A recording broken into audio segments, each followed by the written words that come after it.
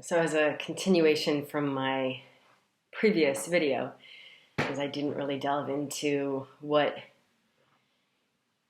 I meant by energy medicine. So part of my life work revolves around empowering others to reclaim their inherent sensitivity.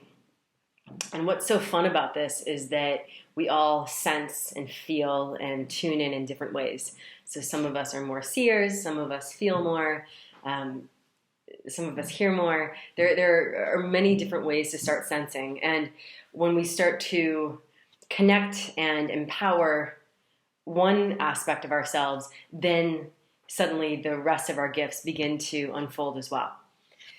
And understandably, as a way to manage, we at an early age start to numb ourselves out. Part of it is it's uncomfortable to feel if we don't know how to healthily process what we're feeling. It's uncomfortable to feel if we don't feel like we're allowed to actually feel what we're feeling. It's uncomfortable to feel if we feel powerless about our experience. And, especially I notice when I'm in cities, I will start to unconsciously just numb out because there's so much input that's happening and so much dirty, dark energy that's flying around that I don't feel like connecting to that. And then, when I'm in nature, it's like suddenly I can just start to shed and open and my senses sharpen and I can see better and I can hear more and it's amazing. The only challenge with numbing out is that we don't actually block or protect ourselves. We're just numbing our senses out, but our energy field is still getting imprinted by the environment. So for example, if I'm walking down in the city, and even though I might have numbed myself out, and we all have our special ways of numbing out, then I just may not be as aware of the energy that I've been picking up on.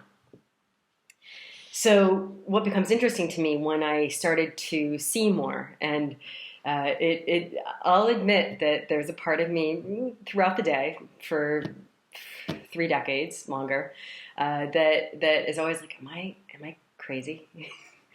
And I think it's good to have that barometer, and I keep to myself quite a lot of what I see, and I'm actually not going to reveal it all right now, but it becomes interesting when we look at our field. So we have our body, and then we have layers of fields around our body. But it's kind of like these layers are creating our body. So simultaneously, anything that's happening on the inside is directly expressing itself on the outside. And in a way, that's how you can say that we create our own reality. Because whatever we're thinking and feeling and whatever is clogging our field will immediately express itself on the outside, and vice versa. It's pretty cool. So when it's easy to kind of get dirty, and we weren't taught. We were so conditioned to be linear, and only a couple kinds of intelligence was actually acknowledged and celebrated. And we're slowly starting to acknowledge that there might be other layers and levels of intelligence that could be helpful, but. And I actually think that computers are such an amazing metaphor to how we are in our systems, because I can look at someone's body and I think when I look at you, I'm like, oh, we just need to defrag. Like, we need to just take out, there's a lot of these little elements that don't really belong in there. Oh, you've got a virus. Oh, we need to, you're downloading some new information. Oh, that's a bad program. And also it will show up like, we call it entities. Like, we have different kinds of vibrations that show up in our field. So there will be things that are really beautiful and light, and different kinds of angels and ascended masters and guardians, and and we'll also have like devils and demons and little gremlins and monsters. We'll have dead people, like we'll have kind of lost souls that come and hang out in our field. we'll also have these strange looking like mechanical apparatus that like get wrapped into our chakras and different parts of the body. And what I've always found fascinating, because again, the whole time I'm like, am I really seeing this? Is crazy. Am I seeing this? Is this for real? Is that, you know, I'll be working on someone and I'll be seeing like this metallic thing with a rope wrapped around, and there's this snake, and then there's this like nut and bolt, and I'm like, what is this? You know, I'll be wrapped around their pancreas and going into the liver, and I'll say, you know, do you have some like issues with your liver and pancreas? And they'll be like, oh my God, you know, it's been all this pain.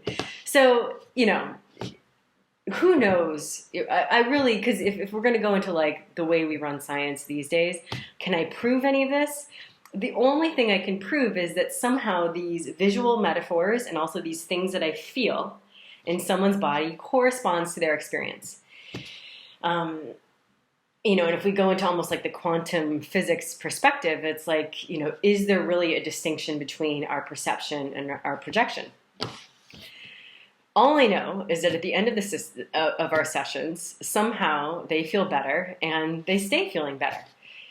And it's really opened my eyes, because I'll admit I shut this down a lot, because I'm not usually surrounded. I've got a few of my friends, but I'm not usually surrounded by people who can perceive these things. And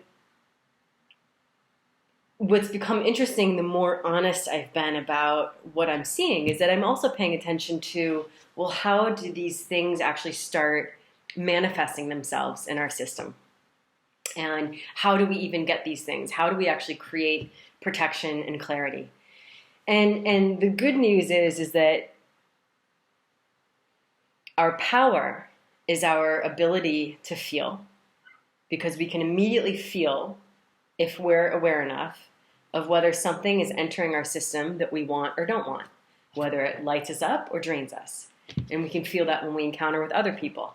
You know, when we encounter other people, we immediately will create cords with one another, and we can feel where those cords go into the body. We can feel if it's something that lights us up, or if it's a drain or a manipulation. So our greatest power is our ability to sense, and then to also choose, do I want this or not? And so that's where we can step out of any sort of victimhood, because it's actually really simple. Like if I'm going to talk about working, you know, when you see demons and entities, it's actually really simple to release them. But you have to see them, and then you can just say, you know, you don't belong here. I'm sending you to the light, and they move. So our greatest power is our ability to say no. And, you know, I know that like right now in the collective, we're all about saying yes. That's fantastic.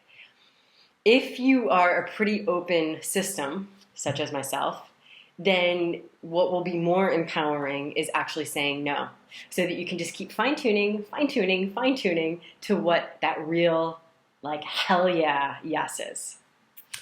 So that's my news for you today. Enjoy your day.